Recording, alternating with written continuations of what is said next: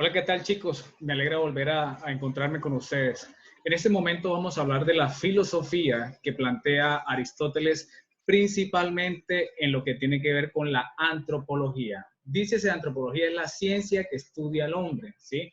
Ya vimos en el tema anterior de Platón que decía que el hombre es un compuesto de cuerpo y de alma, pero que la unión de estos dos es de manera accidental. Vamos a ver ahora en Aristóteles que va a decir que el ser humano, el hombre, es un compuesto de cuerpo y de alma y que la unión de estos dos es sustancial, es decir, tanto el cuerpo necesita del alma como el alma necesita del cuerpo.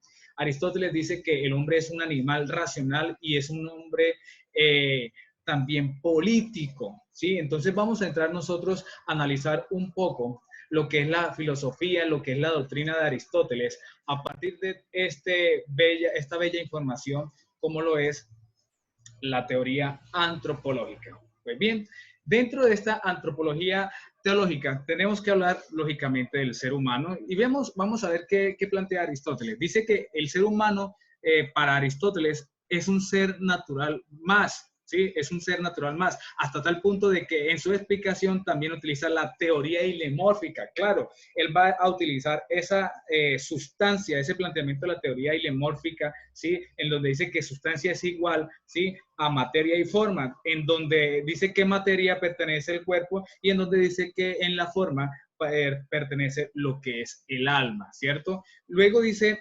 Aristóteles que él va a entender al alma como un principio de vida, ¿sí? Y como tal no es exclusiva del ser humano. ¿Qué quiere decir eso? Que no solamente el ser humano tiene alma, sino que también lo vamos a encontrar en un atributo de la naturaleza animada, es decir, que vamos a encontrarla en los animales, que la vamos a encontrar en las plantas, ¿sí? Recordemos cuando Aristóteles, veíamos en el video anterior, hablaba del ser, ¿no? Del ser, cuando hablaba de sustancia, todo lo que existe en sí y no en otro, ¿cierto? Entonces, vemos que el ser humano, es cierto, en su alma es una especie de animismo biológico. ¿Qué significa eso de animismo biológico? Que en todos los niveles de la vida, ¿sí? Hay unos principios vitales distintos a los cuerpos, que son almas, lo que dije ahorita, alma sensible, alma vegetativa y el alma racional, ¿ok?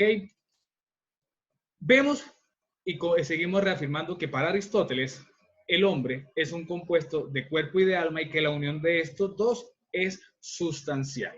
Bien, teoría del alma. Vamos a ver qué habla Aristóteles del alma. En primera instancia, dice Aristóteles que distingue tres tipos de alma, ¿cierto? Que dirigen, o sea, que direccionan, que tienen sus funciones totalmente diferentes, ¿cierto? Las actividades vegetativas, es decir, el alma vegetativa, el alma sensitiva, ¿sí?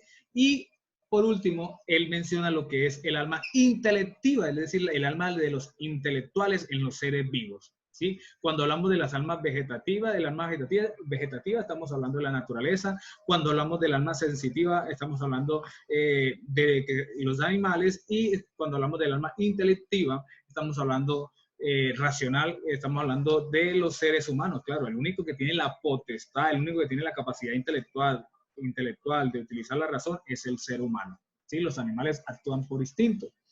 Luego encontramos en una siguiente idea que dice que considera que las dos primeras, es decir, la vegetativa y la sensitiva, están unidas necesariamente al cuerpo, mientras que el alma intelectiva es separada del cuerpo y como es separada del cuerpo es considerada como inmortal. ¿Sí? El alma racional es inmortal, es decir, que la inteligencia nunca va a morir, nunca va a morir. Puede morir el alma vegetativa, puede morir el alma sensitiva, ¿cierto? Porque son propias del cuerpo, que el cuerpo perece, yace, ¿sí? En cambio, el alma racional es, o el alma intelectiva, también la podemos encontrar así, es inmortal. Bien, A la forma inferior, es decir, a la parte que él llama el alma nutritiva o vegetativa, que es la parte inferior, es la que ejerce las funciones de asimilación y reproducción. ¿Cómo así? Claro, es propia de las plantas, ¿sí? El proceso de la fotosíntesis, el proceso de cómo Aristóteles en su filosofía, y lo veíamos en el ejemplo en el video anterior, cuando está lo de la semilla y el árbol, el ser en acto y ser en potencia, ¿sí? Eso es para las plantas, ¿cierto? Mientras que en los demás seres vivos sus funciones están asumidas por los otros tipos de almas. Entonces, el alma nutritiva o vegetativa pertenece a las plantas, a la parte de naturaleza. Los animales poseen alma sensitiva, ¿sí? Que les permite tener percepción sensible, deseo, movilidad local y en muchos casos lo que es la imaginación y memoria, ¿cierto? Claro, usted ve que, por ejemplo, en el ejemplo del perro, un perro de casa, sí, él puede tener memoria de saber dónde vive, quiénes son sus amos, sí, quién lo puede, dónde puede encontrar agua, dónde puede encontrar alimentos, ¿cierto? ¿Qué quiere decir esto? De que, por ejemplo, en el alma nutritiva, que es la asimilación y reproducción, el ser humano también pasa por eso, por asimilación y reproducción, claro, los animales también. El alma sensitiva, el ser humano tiene esa potestad y ahorita lo vamos a ver en un ejemplo bastante claro. ¿Sí? En un tercer aspecto dice que es el grado superior, ¿sí? Recordemos que las dos primeras están unidas y ligadas al cuerpo, la tercera que es el grado superior, ¿cierto? Es el alma intelectiva o el alma racional, que a veces Aristóteles llama entendimiento, palabra clave. Hablar de alma racional es hablar de alma intelectiva, es hablar de entendimiento. Esto asume las funciones vegetativas y sensitivas, es decir, que en el alma intelectiva están las tres almas, es decir, que esa parte se asume, ¿cierto? Y además es posible el pensamiento científico y el conocimiento teórico, ¿cierto? Que busca la verdad en sí, el pensamiento práctico, ¿cierto? Conocimiento que busca la verdad con miras al comportamiento práctico. Recordemos que Aristóteles es considerado por algunos el padre del empirismo, ¿cierto? Porque él va a atribuirle a los sentidos gran fortaleza para nosotros poder comprender, para nosotros poder conocer, y eso lo vamos a explicar ahorita más adelante. Bien, Aristóteles en su antropología, ¿cierto? Va a plantear lo siguiente, ¿cierto? Él va a decir, ¿qué es el alma para Aristóteles? Entonces, Aristóteles interpreta el alma principalmente como un principio de vida, ¿cierto? Forma de los cuerpos organizados, es decir, acto de aquellos seres que tienen vida en potencia, ¿cierto? Aquello en potencia, recordemos, acto en potencia es aquello que puede llegar a ser. Al entender de este modo la noción de alma de Aristóteles, estará obligada a admitir su existencia no solo en los hombres, sino también en los animales y en las plantas. Es decir, lo que decíamos ahorita, no solamente existe el alma intelectiva, sino que también existe el alma sensitiva y el alma vegetativa, es decir, hombres, animales, plantas, naturaleza. Puesto que el alma es un principio de vida, todo lo que existe, vida, hablamos del ser, ¿sí? Hablamos aquello de que todo tiene su ser. Y existen distintos niveles de vitalidad, ¿cierto? Tres tipos de alma. Entonces, hablamos de una alma vegetativa, ¿cierto? Que está presente en las plantas, en los animales y en los hombres, ¿cierto? Esa alma vegetativa la tiene las plantas, lo tienen los animales y lo tienen los hombres. Permite actividades vitales básicas como la reproducción, como lo vamos ahorita, el crecimiento, la nutrición, los animales y los hombres se nutren de la naturaleza, de las plantas, ¿cierto? Por eso el alma vegetativa están los tres personajes, hombres, animales, ¿cierto? Y obviamente las plantas, ¿cierto? En un momento encontramos lo que es el alma sensitiva. ¿Qué es el alma sensitiva? Entonces, donde están presentes solamente los animales y los hombres.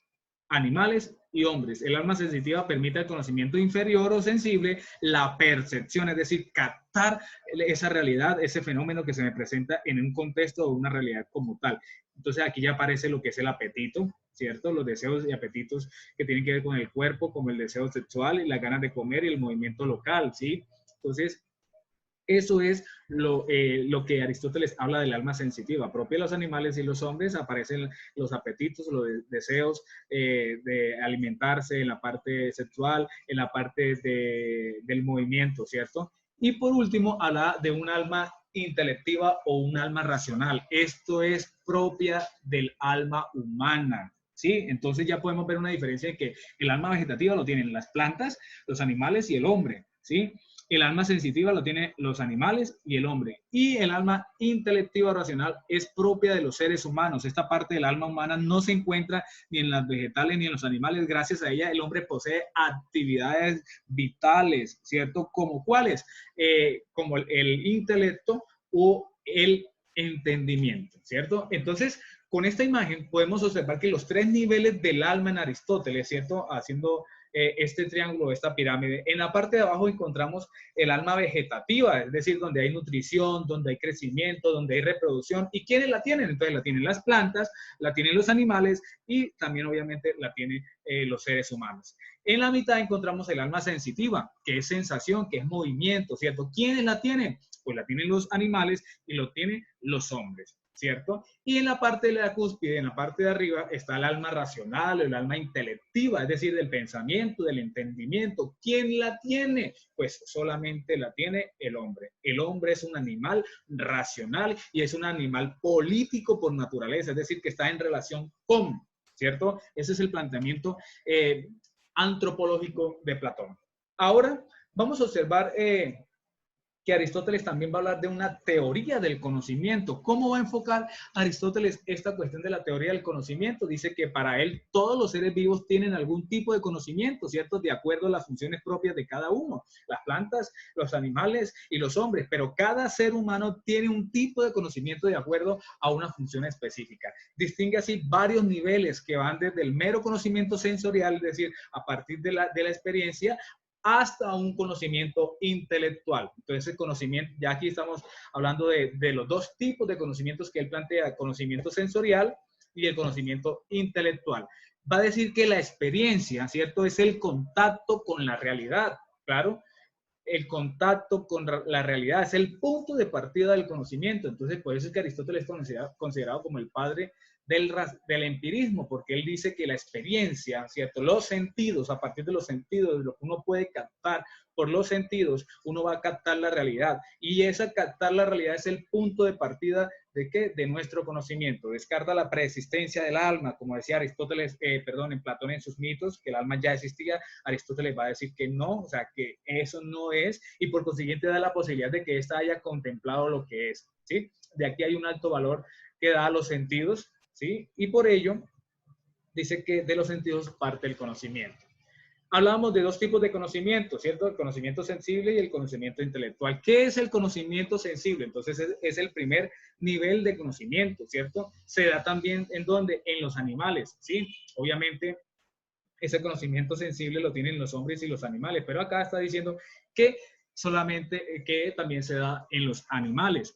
Es el nivel más elemental del conocimiento y su fundamento es la sensación. Ok, entonces el conocimiento sensible está de la mano de la sensación, ¿cierto? Esa sensación que es por medio de un ejercicio, pero ese ejercicio es gracias a los sentidos, ¿cierto? Me permite a mí, ¿cierto? Captar la realidad, captar la idea de lo que yo estoy viendo. Si yo observo un árbol, pues obviamente yo capto las características de ese árbol, lo que hay en ese árbol, si es un árbol de mango, si es un árbol de guayaba, etcétera. Sí, yo puedo conocerlo. Si yo observo un ventilador, si yo observo un carro, yo tengo ese conocimiento empírico, ¿cierto? Gracias a los sentidos propios especializados en un tipo de sensación. ¿Cuáles son los sentidos? Obviamente vemos lo que es la vista, lo que es el oído, el olfato, el gusto, el tacto, ¿cierto? Por ellos es que entra el conocimiento, se genera el conocimiento gracias a la experiencia, un sentido común que subyace, o sea, que está presente en todos los sentidos y que permite realizar opciones determinadas operaciones o acciones que permiten captar los tamaños, la figura. Entonces yo miro ese árbol, entonces yo me doy cuenta si es de guayaba, si es de mango, si es grande, si es pequeño, etcétera, etcétera. Cada una de las características que tenga. En este conocimiento sensible se habla del sentido común que realiza una función unificadora, es decir, compara los datos, ¿sí? Los diversos datos que se generan y los integra, es decir, los unifica y conserva las imágenes relacionadas en la memoria. Es decir, que lo que yo observe, ¿sí? Lo que yo capte por los sentidos, yo me voy a crear una imagen, un concepto gracias a los sentidos. Entonces, eso queda en la memoria. La imaginación fundamental en este proceso del conocimiento sensible. La imaginación desempeña un papel o un rol muy importante, ¿cierto? Porque al posibilitar la reproducción mental de esos objetos que yo estoy percibiendo en la realidad, ¿cierto? Nos va a permitir prácticamente el trabajo del entendimiento. ¿Y cuál vendría a ser ese trabajo del entendimiento? Es decir, la capacidad que tiene el ser humano de pensar y de juzgar, ¿cierto? De pensar y de juzgar. Pero gracias a qué? A esa capacidad de percibir lo que está a mi alrededor en ese trabajo del entendimiento. Dice que esta actividad, es decir, la actividad que se plantea anteriormente, se ve reforzada por la memoria. La idea, gracias a la imaginación, los sentidos y lo que yo capto queda en mi memoria, permite acumular y actualizar imágenes pasadas. ¿Sí? Es como si tuviésemos nosotros en nuestro intelecto, ¿cierto? Un banco, un almacenamiento de ideas, ¿cierto? Y que obviamente yo las puedo reestructurar, las puedo modificar. Luego hablaba de un conocimiento intelectual. Entonces, Aristóteles en su teoría del conocimiento habla de un conocimiento sensorial o sensible y de un conocimiento intelectual. ¿Qué es el conocimiento intelectual? Obviamente es el grupo superior del conocimiento, es decir, es el conocimiento más grande que plantea él y que obviamente solamente lo tienen los seres humanos, ¿cierto? El alma intelectiva, el alma racional. Luego dice que este conocimiento es se lleva a cabo gracias al entendimiento, es decir, la facultad de desarrollar razonamiento, es decir, esa capacidad de pensar, de analizar, de argumentar, de criticar, de debatir, pero con argumentos, ¿cierto? Y obviamente todo esto va a ser posible lo que se conoce como una ciencia. Permite establecer hipótesis, es decir, diferentes ideas a partir de un objeto de investigación y emitir juicios. ¿Qué es emitir juicios? Es decir, lanzar premisas, lanzar ideas frente a lo que se esté analizando, frente a lo que estemos determinando. Por ello se apoyan las imágenes almacenadas. Claro, lo que yo hice, lo que yo adquirí en el conocimiento sensible, que yo tengo ese almacenamiento de esas ideas, ¿cierto? Es fundamental para que este conocimiento intelectual se apoye gracias a esos sentidos, ¿cierto? Por eso dice que el primer paso para que se genere el conocimiento es gracias a los sentidos. Luego dice que la imaginación se convierte en la intermediaria, es decir, la que va a ayudar entre la sensación y el pensamiento. La sensación que se capta por los sentidos, ¿cierto? Y que me va a ayudar gracias al pensamiento. Esto va a ser posible la opinión, la ciencia y la intelección. ¿Qué es la intelección? Es el conocimiento intuitivo, es decir, un conocimiento puro, ¿cierto? En griego se llama noesis, ¿cierto? Que es el que puede conocer los primeros principios. Entonces, gracias a la imaginación, ¿cierto? Que es la intermediaria entre lo que es la sensación que se capta por los sentidos y el pensamiento, ¿cierto? El pensamiento se origina gracias a la experiencia del conocimiento sensible que genera el ser humano a través de los sentidos, ¿ok?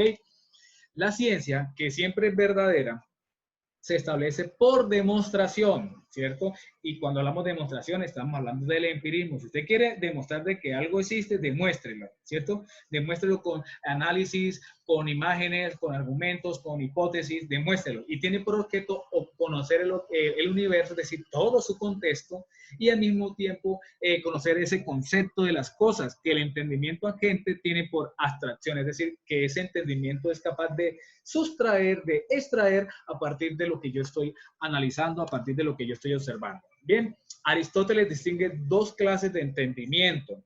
¿Cuáles son las dos clases de entendimiento? Entonces, uno activo y uno pasivo. El activo es el entendimiento agente, ¿cierto?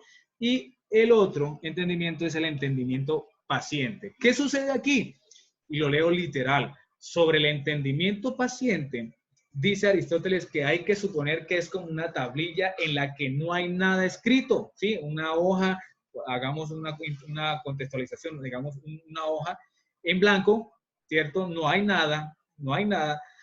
Y hasta que el entendimiento agente, ¿sí? Que es el entendimiento activo, hasta que aparece ese entendimiento agente, es el que va a escribir los inteligibles. ¿Qué significa los inteligibles? Es decir, que va a llegar a comprender, va a llegar a entender. Es decir, esa hoja que está en blanco, esa tabla que está en blanco, se utiliza o se empieza a llenar cuando llega ese entendimiento agente sobre el entendimiento paciente, ¿cierto? Esos son los conceptos universales de las cosas. Este entendimiento, o este es el entendimiento que hace posible que los seres piensen, que los seres actúen por la memoria, ¿cierto? Por el intelecto, por el razonamiento. Entonces, recuerde que sobre el entendimiento paciente va a estar, es como una hoja en blanco, pero se empieza a utilizar cuando llega el entendimiento agente. Paciente es pasivo, ¿cierto? Y el entendimiento agente es el activo. Bien, esto es la teoría del conocimiento de Aristóteles. Vimos también la teoría antropológica, ¿cierto? De cómo Aristóteles divide la cuestión del alma, ¿cierto? Recordemos que en Platón hablaba de 3 tipos de almas: alma irascible, alma concupiscible y alma racional. Aristóteles va a decir también que existen 3 tipos de alma, que el hombre es una unión de cuerpo y alma, pero que el alma se divide en 3: alma vegetativa, sensitiva y racional. Escuchemos este video para profundizar lo que hemos escuchado y analizado hasta el momento.